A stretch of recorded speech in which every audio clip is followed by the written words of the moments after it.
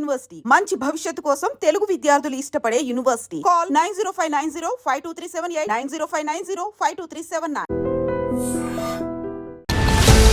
Betting apps గత కొన్ని రోజులుగా అయితే తెలుగు రాష్ట్రాల్లో చర్చనీయాంశంగా మారిపోయింది ఏదైనా ఉంది అంటే బెట్టింగ్ యాప్స్కి సంబంధించి ఒక యుద్ధమే నడుస్తోంది అనుకోవచ్చు. ఎందుకంటే లోకల్ నానికి సంబంధించి ఎప్పుడైతే ఆర్టీసీ ఎండి సజ్జనార్ ఎక్స్ వేదికగా ట్వీట్ చేస్తూ లోకల్ నాని బెట్టింగ్ యాప్స్ని ప్రమోట్ చేయడం ఏంటి, అమాయకుల ప్రాణాలు తీస్తుంది, ఇట్లాంటి యాప్స్ని ప్రమోట్ చేయకూడదు, దీని మీద లీగల్గా యాక్షన్ తీసుకోండి అని ఆయన ట్యాగ్ చేసిన సందర్భంలో అక్కడ ఏపీకి సంబంధించిన పోలీసులు స్పందించడం, లోకల్ నానిని అరెస్ట్ చేయడం, ఆ తర్వాత ఆయన సారీ కూడా చెప్పినటువంటి సిచ్యువేషన్. మళ్ళీ నేను ప్రమోట్ చెయ్యను అనే మాట కూడా చెప్పినా సరే ఆయన మీదైతే కేసు అయితే నమోదైంది. అక్కడి నుంచి స్టార్ట్ అయినటువంటి యుద్ధం ఇప్పుడు తెలంగాణ వరకు వచ్చిన పరిస్థితి కనిపిస్తోంది. అండ్ ఎంత సీరియస్గా మారిపోయింది అంటే ఇప్పుడు ఒక మాజీ మంత్రి ఇన్వాల్వ్మెంట్ ఉంది అన్నటువంటి విషయం ఇప్పుడు బయటకు వస్తోంది. అట్లాగే ఈడీ కూడా ఎంటర్ అయింది. ఇది బిగ్గెస్ట్ బ్లాస్టింగ్ న్యూస్ ఏంటంటే ఈడీ కూడా ఎంటర్ అయిపోయింది అంటే మనీ లాండరింగ్ కూడా జరిగి ఉంటుంది అన్న అనుమానం అయితే వ్యక్తం అవుతోంది. ఈడీ ఎంటర్ అయిన తర్వాత ఈ కేసు ఇంకా కూడా సీరియస్ మలుపు తిరిగే అవకాశం అయితే డెఫినెట్లీ కనిపిస్తోంది. ఇందులో ఒక మాజీ మంత్రి ఇన్వాల్వ్మెంట్ ఉంది. ఆయన ఒక ఏమంటారు ఒక జోన్ లాగా ఏర్పడి ఆర్ ఒక డెన్ లాగా ఏర్పడి అక్కడ కొంతమంది అనుచరులను పెట్టి ఈ పూర్తి బెట్టింగ్ యాప్స్కి సంబంధించే ఒక దందా లాగా నడిపించాడు. దీని మీద కోట్ల రూపాయలు సంపాదించాడు. ఈ లావాదేవీలు ఎట్లా జరిగాయి ఏంటి అనే దాని మీద పూర్తిగా ఈడీ దృష్టి పెట్టినట్టుగా చెప్తున్నారు. అలాగే పోలీసులు ఇప్పటి వరకు 11 మందికి ఈ ఇన్ఫ్లుయెన్సర్స్ ఎవరైతే ఉన్నారో ఈ ఇన్ఫ్లుయెన్సర్స్కి 11 మందికి నోటీసులు అయితే జారీ చేసిన పరిస్థితి కనిపిస్తోంది. అయితే ఇందులో కేవలం టేస్టీ తేజ మాత్రమే ఆయన వచ్చి ఈ బెట్టింగ్ యాప్స్ ప్రమోషన్ ఏం చేశారు, ఏంటి, ఎంత ముట్టాయి ఏంటి అనే విషయం మాత్రం ఆయన ఒక్కడే క్లియర్ కట్గా పోలీస్ స్టేషన్కి వచ్చి ఎఫ్ఐఆర్ నమోదైన తర్వాత దానికి ఆన్సర్ చేసినటువంటి పరిస్థితి. మిగతా వాళ్ళు మాత్రం మాకు కొంత టైం కావాలి, మాకు కొంత టైం ఇవ్వండి అని చెప్పినట్టుగా చెప్తున్నారు. అట్లాగే ఈ హర్ష సాయి కావచ్చు లేదంటే ఇమ్రాన్ ఎవరైతే వీళ్ళిద్దరు ఉన్నారో వాళ్ళైతే ఆల్రెడీ దుబాయ్ వెళ్ళిపోయినట్టుగా దుబాయ్ పారిపోయినట్టుగా కూడా వార్తలు వస్తున్న పరిస్థితి అయితే కనిపిస్తోంది. సో బెట్టింగ్ యాప్స్ అనేది తీవ్రతరం అయిపోయింది మన తెలుగు రాష్ట్రాల్లో. అమాయకులు చాలామంది ప్రాణాలు కోల్పోయిన తర్వాత ఇన్ని రోజులు గడిచిన తర్వాత అట్లీస్ట్ ఇప్పుడైనా ఒక స్టెప్ అయితే పడింది. బెట్టింగ్ యాప్స్ మీద ఉక్కు పాదం మోపాల్సిందే అని డిసైడ్ అయినట్టు కనిపిస్తోంది. సో ఇందులో ఎవరెవరి ఇన్వాల్వ్మెంట్ ఉంది, పెద్ద స్థాయిలో ఎవరి ఇన్వాల్వ్మెంట్ ఉంది అనే కోణంలో దర్యాప్తు చేస్తున్నప్పుడు కొన్ని విషయాలు బయటకు వచ్చాయి. అవేంటంటే చైనా నుంచి భారీ మొత్తంలో ముడుపులు అందినట్టు ఒక సమాచారం అందుతోంది. ఆ నేత ఎవరైతే ఉన్నారో ఈ ఫామ్ హౌస్ కేంద్రంగా ఇల్లీగల్ బెట్టింగ్ యాప్స్ని పూర్తిగా అక్కడి నుంచే నడిపినట్టుగా కూడా చెప్తున్నారు. ఎక్కడి నుంచి అంటే Shankarpally, Ibrahimpatnam, Shamshabad and Medchal farm house కేంద్రంగా ఈ దందా కూడా పూర్తిగా నడిపినట్టుగా ఒక ఫీలర్ అయితే బయటకు అందుతోంది. ఒక లీక్ అయితే బయటకు వచ్చిన పరిస్థితి అయితే కనిపిస్తుంది. ఈ మాజీ మంత్రి అనుచరులు దగ్గరుండి మాజీ మంత్రి అనుచరులు దగ్గర నుండి ఈ ఫామ్ హౌస్ కేంద్రంగా ఈ బెట్టింగ్ యాప్స్ని పూర్తిగా అక్కడుంచి నడిపించినట్టుగా ఒక క్లూ అయితే పోలీసులకు కూడా అందింది. సో ఈ మాజీ మంత్రి అండతో హైదరాబాద్ కేంద్రంగా ఇప్పటి వరకు ఎన్ని వేల కోట్లో తెలీదు, బట్ ఓన్లీ ఒక ఏడాదికి 1200 కోట్ల రూపాయల లావాదేవీలు జరిగినట్టుగా బెట్టింగ్ యాప్స్ కేంద్రంగా ఇది జరిగినట్టుగా ఒక క్లూ అయితే పోలీసులకు కూడా అందింది. సో ఈ వ్యవహారం బయటకు వచ్చింది కాబట్టే ఇంత పెద్ద మొత్తంలో డబ్బు ఇన్వాల్వ్ అయ్యింది కాబట్టే ఇప్పుడు ఈడీ ఎంటర్ అయినట్టుగా చెప్తున్నారు. ఈ ఎఫ్ఐఆర్ కాపీస్ కావచ్చు, ఈ కేసుకి సంబంధించిన డీటెయిల్స్ పూర్తిగా పోలీసుల ద్వారా తెలుసుకునే ప్రయత్నం కూడా జరుగుతోంది. సో సీరియస్ యాక్షన్ ఉండబోతోందా అనేది కూడా పూర్తిగా పొలిటికల్ సర్కిల్స్లో కూడా ఒక టాక్ అయితే నడుస్తోంది. సో ఒక పెద్ద వ్యక్తే ఇదంతా కూడా నడిపించాడా అనేది ఇప్పుడు బయటకు అందుతున్న పరిస్థితి కనిపిస్తోంది. కానీ ఈ మాజీ మంత్రి ఎవరు? మాజీ మంత్రి అంటే ఇన్ ద సెన్స్ డెఫినెట్లీ బీఆర్ఎస్కి సంబంధించిన వ్యక్తే అయి ఉంటాడు. మాజీ మంత్రి అంటున్నారు కాబట్టి. సో బీఆర్ఎస్కి సంబంధించిన ఈ మాజీ మంత్రి ఎవరు? ఇట్లా డెన్ లాగా ఏర్పడి దట్టు ఫామ్ హౌస్ కేంద్రంగా ఇవన్నీ కూడా ఎట్లా నడిపించాడు ఏంది అనేది కూడా పూర్తిగా విచారణ జరిగే అవకాశం అయితే కనిపిస్తోంది. సో ఈ గండం నుంచి ఎలా బయటపడాలా అనేసి ఈ మంత్రి దగ్గర ఉన్నటువంటి అనుచరులు అయితే ఇప్పుడు అప్ స్కాన్ పూర్తిగా అందరి ఫోన్స్ అయితే స్విచ్ ఆఫ్ అయిపోయినట్టుగా కూడా చెప్తూ ఉన్నారు. సో ఈ బెట్టింగ్ యాప్స్ కేసులో ఇప్పటికే పంజాగుట్ట పోలీసులు 11 మందికి నోటీసులు అయితే ఇచ్చారు, దర్యాప్తు కూడా చేస్తున్న పరిస్థితి.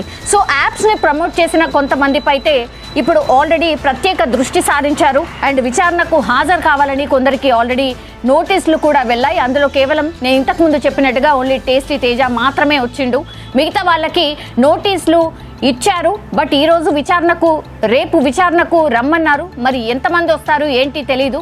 వాళ్ళు కూడా ఏమైనా సమయం కోరే అవకాశం ఉందా ఏంటా అనేది కూడా చూడాల్సిందే.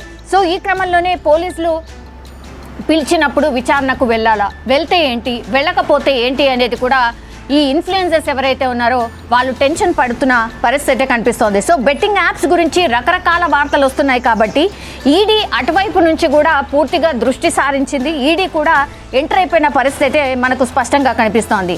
సో ఈ బెట్టింగ్ యాప్ ప్రమోషన్ చేయాలని వారికి అసలు ఎవరు చెప్పిండ్రు, ప్రమోషన్ చేసినందుకు వీళ్ళకు ముట్టింది ఎంత, ఆన్లైన్ ద్వారా చెల్లింపులు చేసిండ్రా, లేకపోతే బెట్టింగ్ యాప్ మూలాలు అసలు పూర్తిగా గ్రౌండ్ లెవెల్లో ఎక్కడ ఉన్నాయి, అట్లాగే ఇది ఓన్లీ దేశీయంగా ఉందా లేకపోతే చైనా ప్రమేయం ఏమైనా ఇందులో ఉందా అనే దానిపై కూడా పూర్తిగా దర్యాప్తు మొదలు పెట్టినట్టుగా కూడా చెప్తున్నారు. అందుకే ఈడీ కూడా ఎంటర్ అయింది. ఎందుకంటే ఏడాదికి 1200 కోట్ల లావాదేవీలు అంటే మామూలు విషయం కాదు. బెట్టింగ్ యాప్స్ కొన్ని ఏళ్ల నుంచి కూడా ఈ బెట్టింగ్ యాప్స్ ఆడుతున్న పరిస్థితి. సో ఏడాదికి 1200 అంటే ఒక 2-3 ఏళ్ళు తీసుకున్నా సరే దగ్గర ఒక 4000 కోట్ల వరకు లావాదేవీలు జరిగినట్టుగా మనకు అనుకోవచ్చు. సో అందుకే ఇంత పెద్ద మొత్తంలో డబ్బు దాగి ఉంది. అండ్ దట్టు చైనా ద్వారా ఏమైనా ఇదంతా నడుస్తోందా అనేది కూడా ఒక డౌట్ క్రియేట్ అయింది కాబట్టి అందుకే ఈడీ ఎంటర్ అయిపోయింది. సో దేశీయంగా నడుస్తుందా లేకపోతే తెలుగు రాష్ట్రాల్లో మాత్రమే నడుస్తుందా, ఇన్ఫ్లుయెన్సర్స్ ఓన్లీ తెలుగు రాష్ట్రాల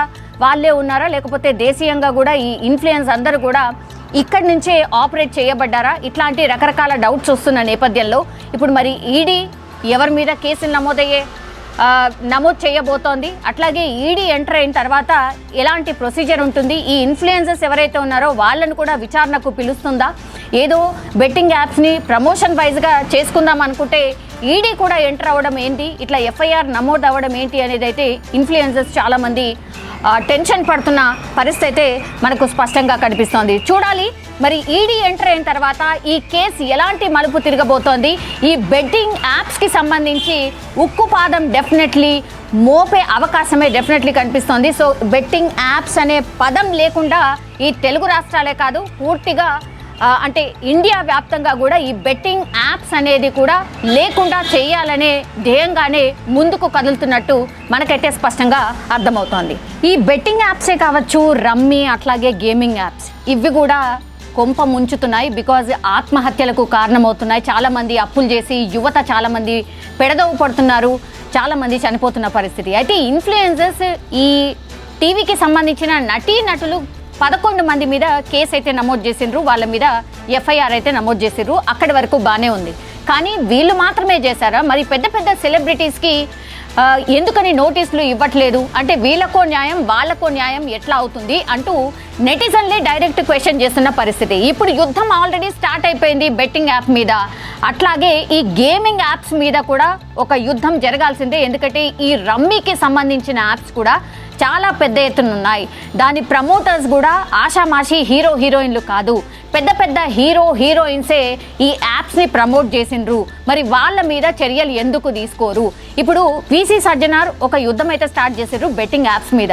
అవే కాదు ఇప్పుడు రమ్మీ అట్లాగే గేమింగ్ యాప్స్ వీటి మీద కూడా మీరు దృష్టి పెట్టాల్సిందే. అట్లాగే పెద్ద పెద్ద సెలబ్రిటీస్ని కూడా మీరు ట్యాగ్ చేయండి, క్వశ్చన్ చేయండి, వాళ్ళకు కూడా కేసులు నమోదు చేయాల్సిందే అన్నటువంటి రిక్వెస్ట్ ఇప్పుడు నెటిజన్ల నుంచి వస్తున్న పరిస్థితి. సో ఒకసారి చూద్దాం ఈ గేమింగ్ యాప్స్ ఎవరెవరు ప్రమోట్ చేసిండ్రు అని అంటే గతంలో పలువురు హీరోయిన్స్ ఈ రమ్మీ కావచ్చు గేమింగ్ లాంటి యాప్స్ని కూడా ప్రమోట్ చేసిండ్రు. సో వీళ్ళ మీద కూడా చర్యలు తీసుకోవాల్సిందే. అందులో జీత్విన్ అనే గేమ్ యాప్ తెలుగు హీరోయిన్ ఎవరైతే ఉన్నారో నిధి అగర్వాల్ ప్రమోట్ చేసింది.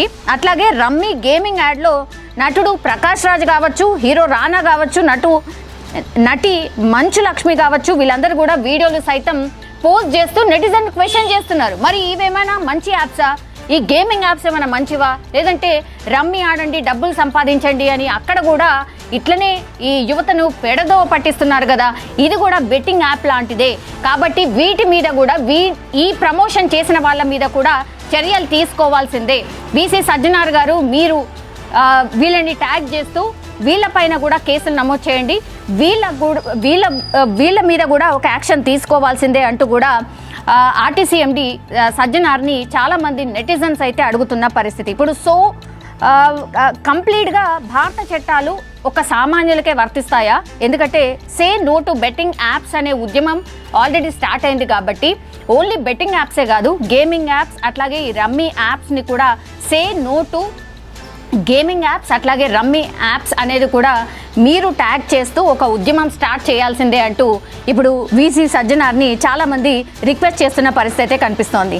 అండ్ ఈ బెట్టింగ్ యాప్స్కి సంబంధించి కూడా ఒక పోలీస్ కానిస్టేబుల్ ప్రమోట్ చేసిన పరిస్థితి. ఆయన ఎవరు అనంటే హబీబ్ నగర్ పోలీస్ స్టేషన్లో కానిస్టేబుల్గా విధులు నిర్వహిస్తూ ఉంటాడు కిరణ్ గౌడ్. ఆయన టెలిగ్రామ్లో ఒక ఛానల్ నడుతూ ఈ బెట్టింగ్ యాప్స్ని ప్రమోట్ చేసిండు. సో ఆయన మీద కూడా ఇప్పుడు పోలీస్ యూనిఫామ్లో ఇట్లా యాప్స్ని ప్రమోట్ చేయడం ఏంది, ఈయన మీద కూడా యాక్షన్ తీసుకోవాలంటూ కూడా పోలీస్ డిపార్ట్మెంట్ కూడా ఆయన మీద కూడా కేసు నమోదు చేసిన పరిస్థితి కనిపిస్తోంది. సో ఇదంతా చూస్తుంటే పంజాగుట్ట పోలీస్ స్టేషన్లో ఈ కేసెస్ అన్నీ కూడా నమోదవుతున్నాయి. సో పంజాగుట్ట పోలీస్ స్టేషన్ దగ్గర ఒక హడావిడి అయితే కనిపిస్తోంది. ఎందుకంటే ఈడీ కూడా ఎంటర్ అయిపోయింది కాబట్టి మరి ఏం జరగవచ్చు, ఇంకేం అవ్వచ్చు, మరి నిజంగానే ఈ పెద్ద పెద్ద నటీనటుల మీద కూడా కేసులు ఏమైనా నమోదయ్యే అవకాశం ఉందా? ఈడీ ఎంటర్ అయిన తర్వాత వీళ్ళని కూడా విచారణకు పిలవచ్చా అనేది కూడా పెద్ద ఎత్తున చర్చ అయితే నడుస్తోంది.